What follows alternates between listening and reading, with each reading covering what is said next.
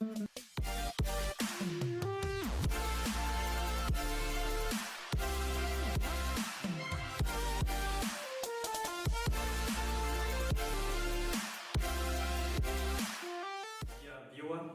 want to thank you so much for accessing this very important lesson of social studies. My name is John Kokasomoding, and we are going to be sharing one of the very interesting topics that we have in our syllabus of social studies.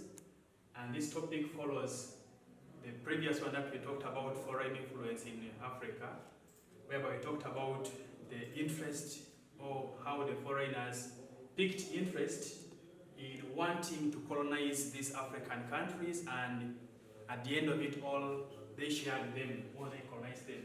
So our topic of discussion this time, we are going to be looking at nationalism and the road to independence. Nationalism and the road to independence.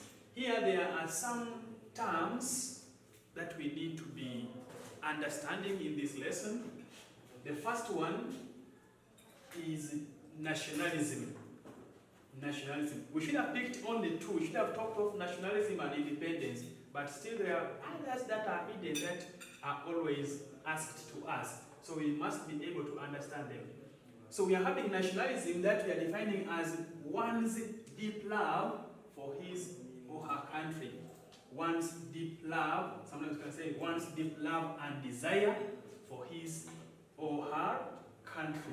Which means if a person has that deep love and desire for his country or her country, it means that person has what we call nationalism, and automatically we shall be calling that person a nationalist. Now, before we continue with others, we first of all need to say something on nationalism. How do people show love for their countries? For example, coming to us here in Uganda, we shall be having that question in our minds. How do Ugandans show love to their country? I mean, how they show nationalism to their country. So, some of the things that we can be talking about, like one, Ugandans have respect. For example, when the anthems are being sung, standing up during the anthems. I mean, the Ugandan national anthem. What happens is that when that anthem is being sung or played, always Ugandans are to stand. That is a sign of showing respect. And when we do that, it means we have love or the desire for our country. Then two, we also show love by participating in national activities. For example, we have what we call national elections. National elections. So you will find that during this time of national elections, every able and registered Ugandan can go to participate or can go to choose a leader that he or she wants to be in his country or her country. So by so doing, we are saying that is showing love. You want your country to be ruled by the person that you want. So it is one of the ways of showing nationality. Then lastly, for this time, we can also have this by maybe having respect for other attributes, having respect for national symbols.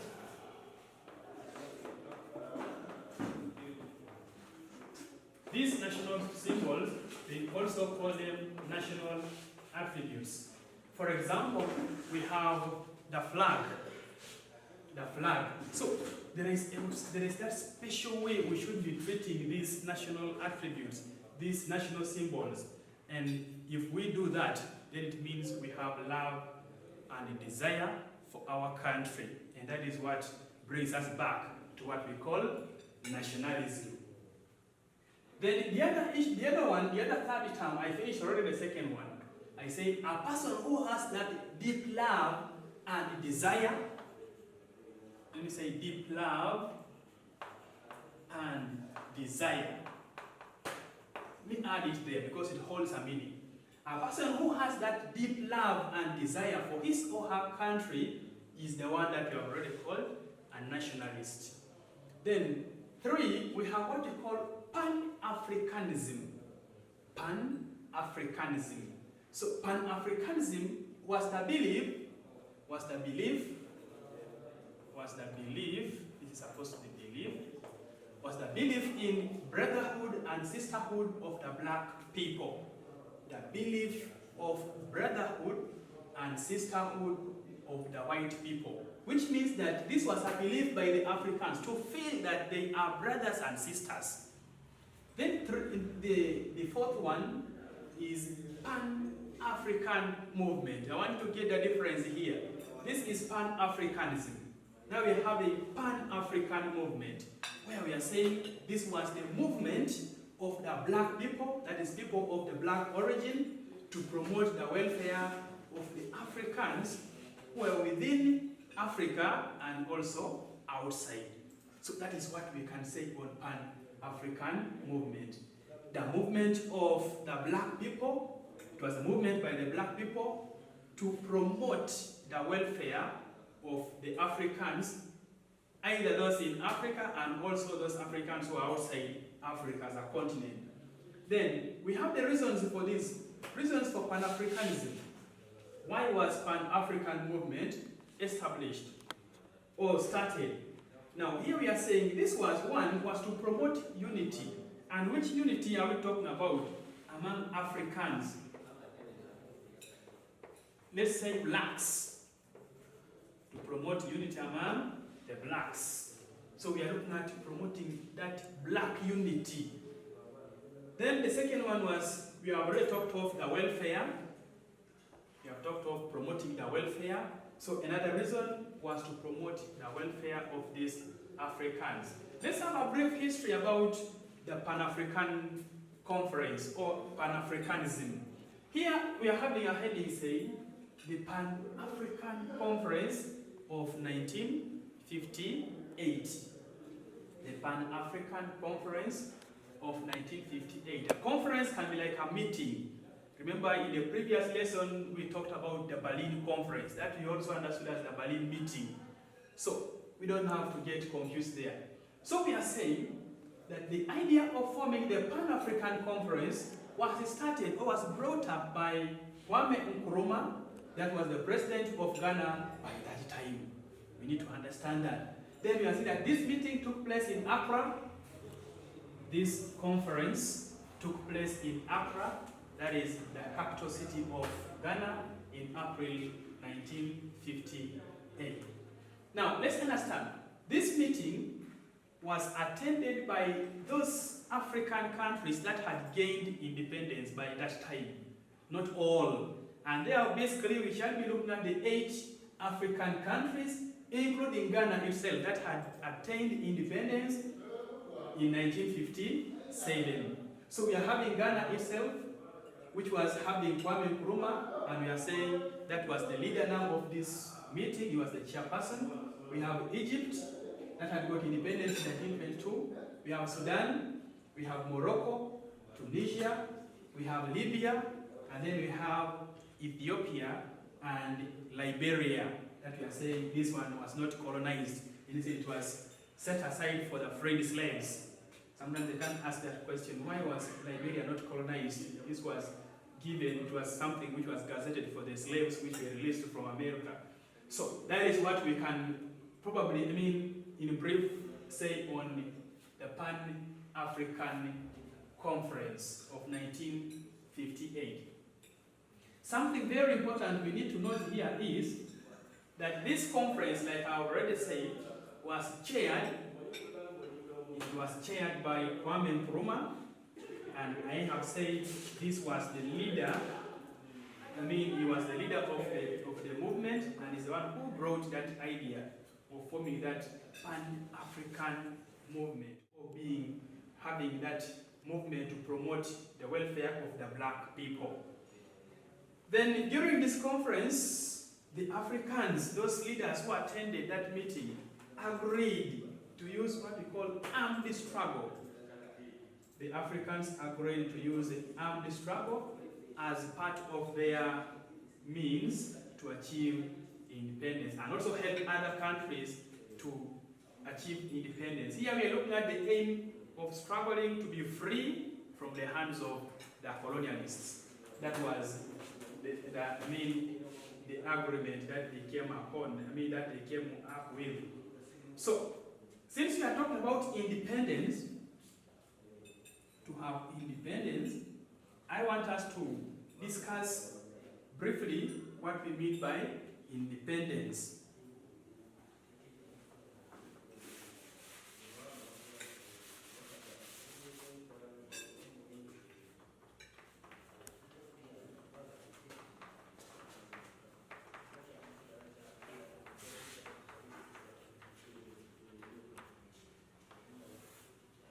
We need to talk about independence. So when we come to look at independence, I am very sure this is not something which is new to you as a candidate. You learned about this in those other classes down, right away from primary 5, 6, and now you're in primary 7. So we are not going to change any definition from any other word from that definition. We shall take the same definition.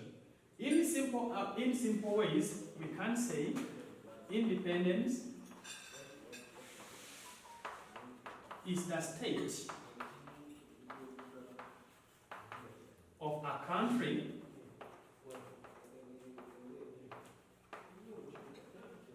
being free from colonial rule.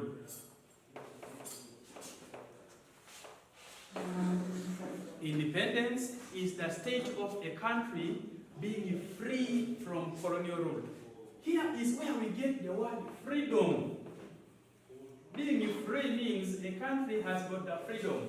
It can be a country, in this case I have specified a state of a country being free, because we are looking at independence in relation to these countries in Africa. But you also as a child can also have your own independence as a person. When you are free from oppression, no one is you are able to make your own decisions, live your life and the rest. There you will also be having your freedom. You will be independent. So we need to note that independence can be used in various ways, can be used in various aspects. But here we are looking at basically on colonialism or colonial rule. So when a country or when a state is free from colonial rule, that is what we call independence. Now, let's talk about how did these Pan-Africanists, we shall call them Pan-Africanists, these people who were in the struggle for independence,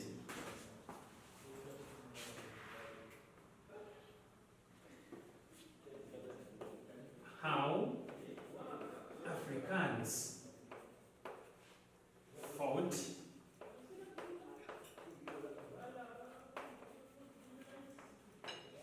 for their independence.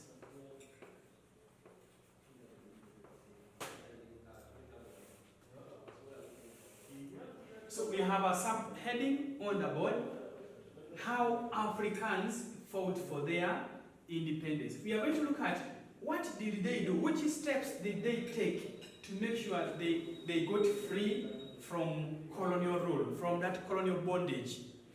One, we shall say, these Africans formed, we can call it forming political parties, by forming political parties.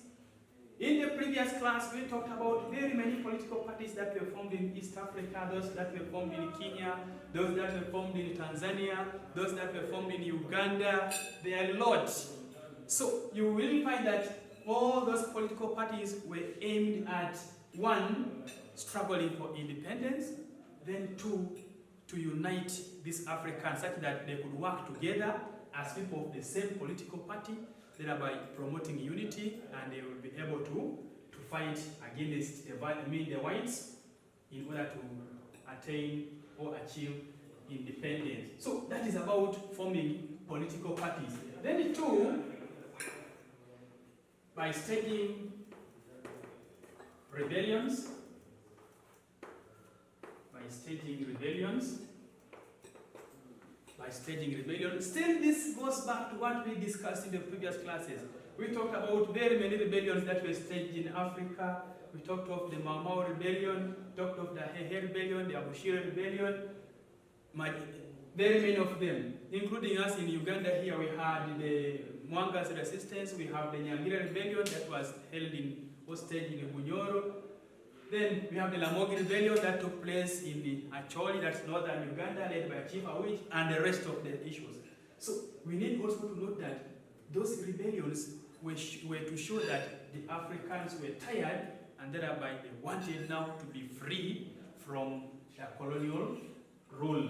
Then 3, apart from forming political parties and staging rebellions, they also had what they call boycotting. By boycotting. Here we are looking at Africans coming together to share or to agree on a certain move. For example, if I'm going to use this as an example. So you'll find that we have a white who has a shop. And at the same time, there is also an African who has also another shop.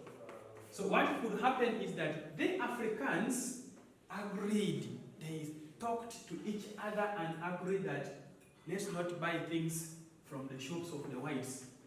Let's leave their goods there. Let's go and buy things from the shops of the Africans who are our people. So as a result, you could find that the other ones could remain with their products and they could not get sold. So it was another way of showing that they were tired and they did not want to be under the hands of the colonialists. Then the other issue we have talked about was holding or staging demonstrations.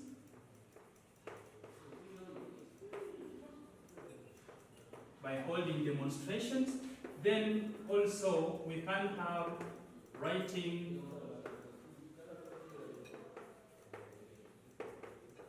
their grievances on newspapers. By writing their grievances on the newspapers. Here we are looking at writing something an article to show that you are annoyed. What touches you, what annoys you. So you could find that the Africans could write such things on news, and they could also, other people could access them and they could get other ideas. So this was also another way that these Africans used, or that was another move that they took to show that they were really tired of colonial rule, thereby wanting independence. So that is briefly what we can say as the ways through which Africans fought for their independence.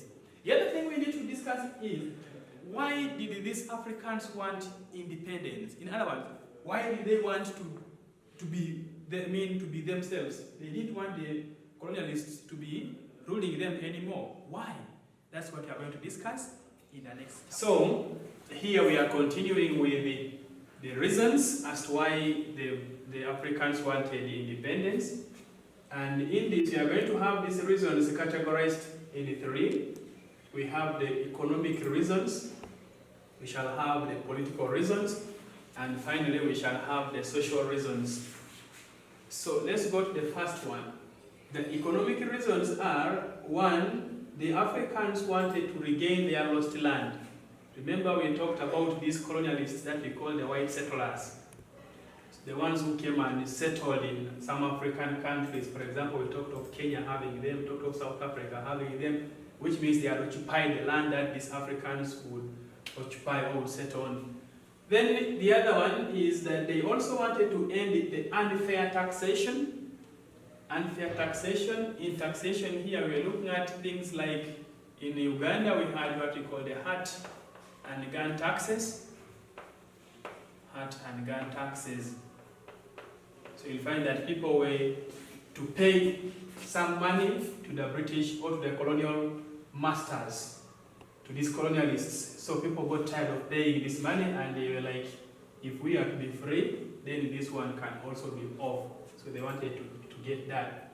Then the third economic reason is that the Africans also wanted freedom to grow their own cash crops, to grow their own crops, let me say.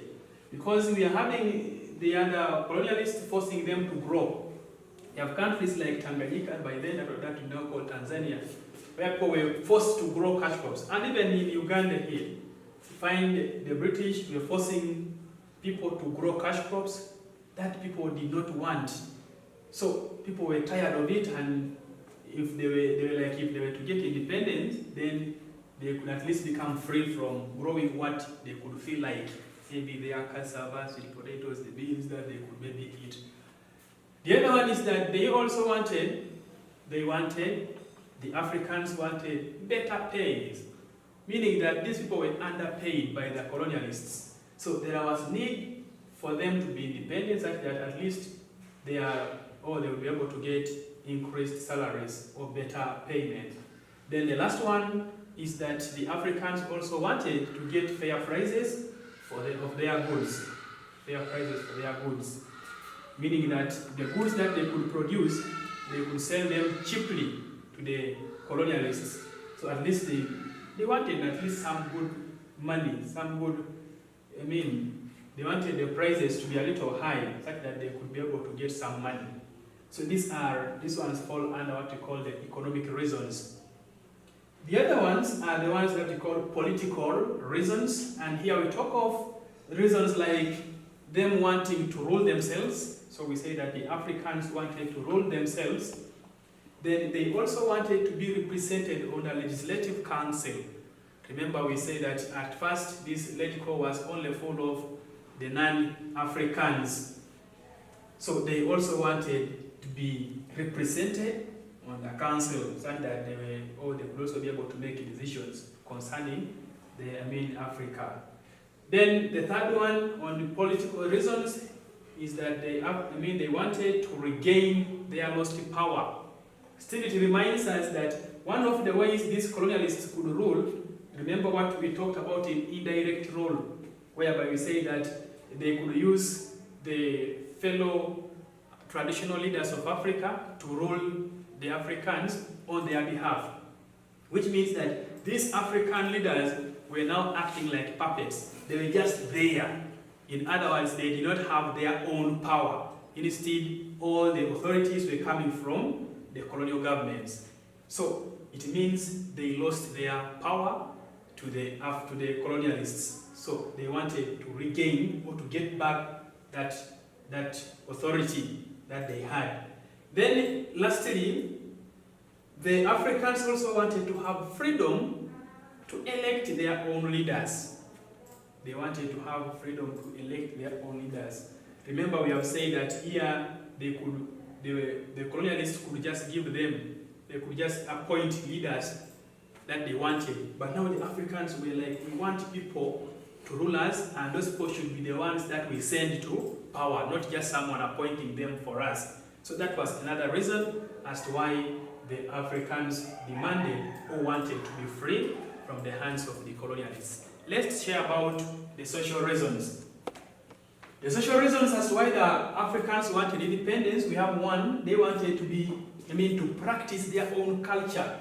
Remember now, when we talk of policies like assimilation policy that we said was introduced by the French, you could find that they were forcing Africans to adopt their language and culture, which means the Africans lost culture in those countries. So there was need for these people to leave the Africans to be free, such that they could go back to practice their own culture. That is a social reason. Second social reason is that these Africans also wanted to practice their own religious activities. They wanted to go back and worship their own gods, let me say. So there was need for that, to have such that no one is forcing you to worship what you don't feel like. Then, second last, they wanted to end racial segregation. This is what we talked about as apartheid in South Africa. We said people were discriminated according to color. The whites are enjoying, then the blacks gazetted in what we called Bantustans. Do not forget that. And we said in the Bantustans, life was not fair. So people were tired of such a life whereby you are denied, you're oppressed from having other privileges as a citizen or as a human being. So it became one of the issues that they wanted to end. And lastly, we have the Africans wanting to be free, such that they could move to any other places that they felt like. So we are saying they wanted to have freedom of movement. Still, it goes back to the other Bantustans, whereby we say that when these Africans were gazetted, they could not move or they could not live without the past identities or identity cards. Meaning that for you to be able to go to the market, to go to any place you want to go to, you have to first get permission from the colonial masters, which was a little a burden, and it became too much on the side of the Africans. So they wanted to end such issues in Africa. So these are the reasons that we can share. Lastly, what we can discuss is that let's look at the challenges. The challenges. Sometimes we write this as problems. Problems faced by Pan-Africanists.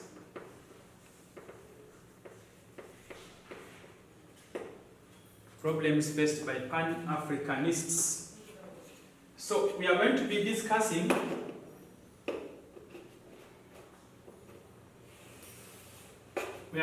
sharing which problems did these people who were spearheading, who were struggling for Africa to be liberated, to have independence, which problems did they face in their struggle? That is what our lesson is going to be ending with. So we have problems like, one, we have disunity, which means that these Africans here, these Pan-Africanists, or these nationalists, that's another way we can bring them. The nationalists, we remember we said at the beginning, these are people who have the love for their country. So these people were not supported by their fellow Africans. Instead, you could find the fellow other Africans liaising with the whites, with the colonialists, and they are supporting the colonialists. So this one became a problem to them, in that there was no unity among the African people. So it gave them something like a hard time or a challenge. The other one is that some of these people were imprisoned. We shall call it imprisonment. They were imprisoned, and this is where we can remember apartheid policy, whereby we say that Nelson Mandela was imprisoned for 27 years. So you can see such things because of you struggling for the liberation of Africa or maybe your country.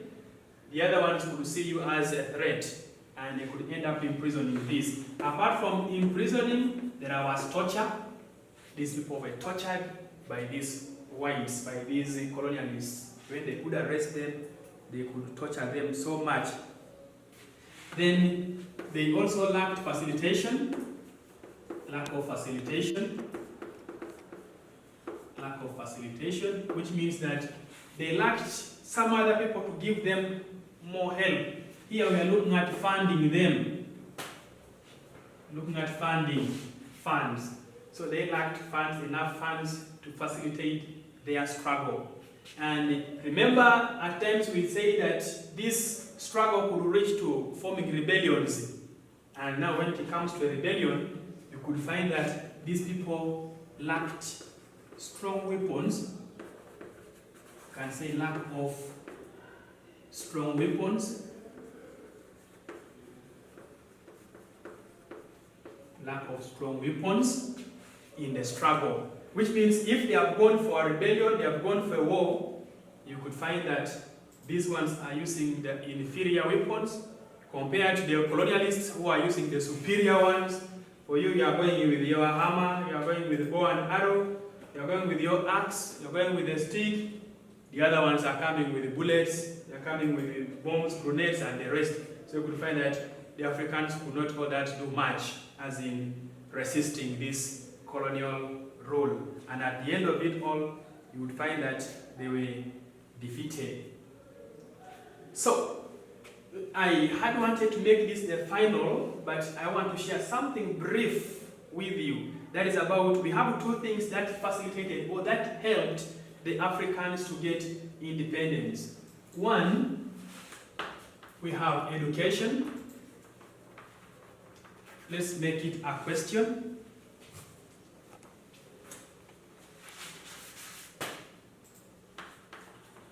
How did education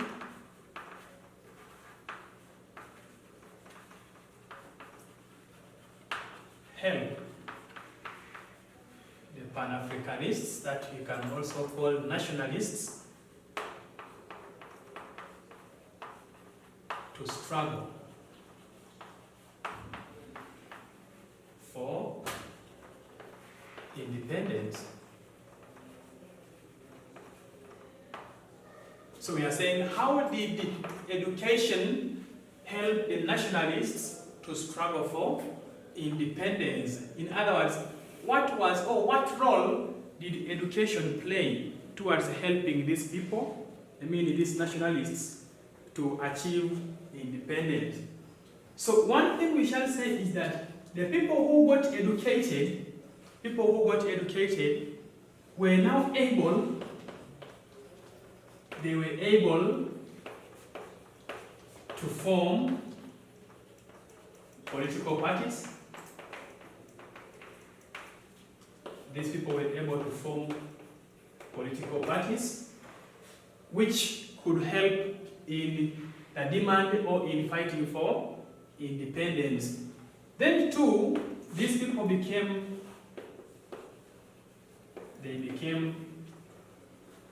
respectable. They became respectable.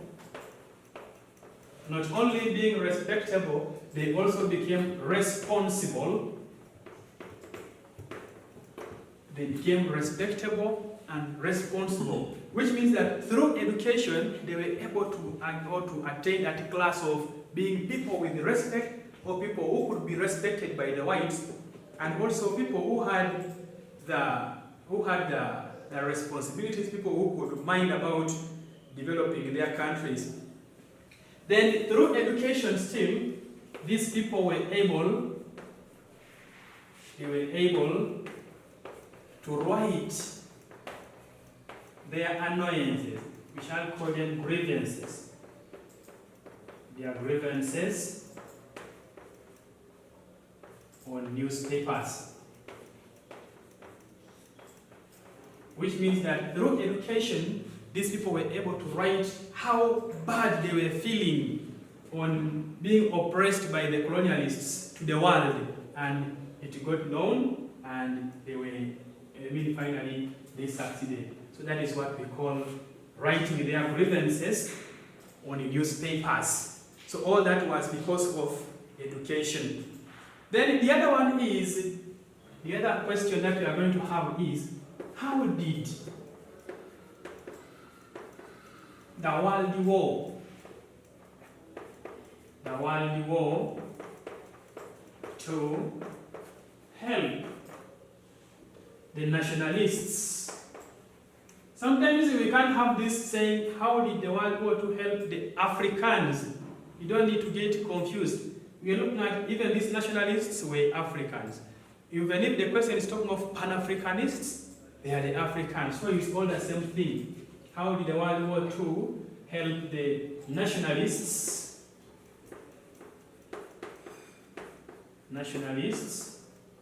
to demand? If we didn't want to say to demand, we would say to struggle for their independence. For their independence.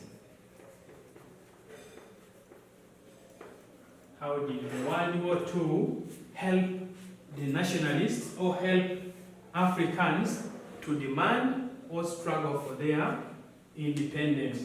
Now, here we are meaning that in this World War, we have African countries getting involved. And how did these African countries get involved? For example, we have countries like, let's look at an example. We have Uganda, which was ruled by the British, that is Britain. So you could find that if, for example, Britain is fighting against Germany, for example, Britain is fighting against Germany, struggling for, or maybe they're having a misunderstanding, you could find that Ugandans who were ruled by the British could go to fight or to help the British. At the same time, we are also having the people of Tanzania, the Tanzanians, are also going to war to help their colonial masters. So at the end of it all, you find that even the African countries got involved in this world war because they were supporting their colonial masters. So these people who went for this war, when they came back, you will find that they were able, the Africans got skills. They got skills for fighting. These are what we call tactics, which means that when these people were fighting in the war, they got the training and they got the skills of shooting the guns, the skills of fighting. So when they came back to, of course, they will now come back as what we call, as the retired people now. So they had acquired the skills, meaning that they could no longer now fear. They had now to go on the fight and basing it in their minds that they also are having the tactics. Then two, these people learned, they realized that Africans,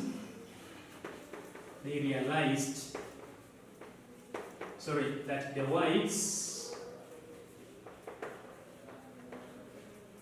whites could also be fought and defeated. They realized that the whites could be fought and defeated. So apart from these people gaining the skills, the tactics for fighting, they also got the courage that these whites who are ruling us, we can stage a war against them and we can defeat them. And indeed, that courage made them now to go ahead staging rebellions, and finally they succeeded in achieving their independence. That is how the World War helped these Africans to achieve independence. Thank you so much for being part of this lesson. For now, I'd like to end there and continue asking you to always keep on checking on our YouTube lessons for more and more of these lessons. I wish you a nice time. God bless.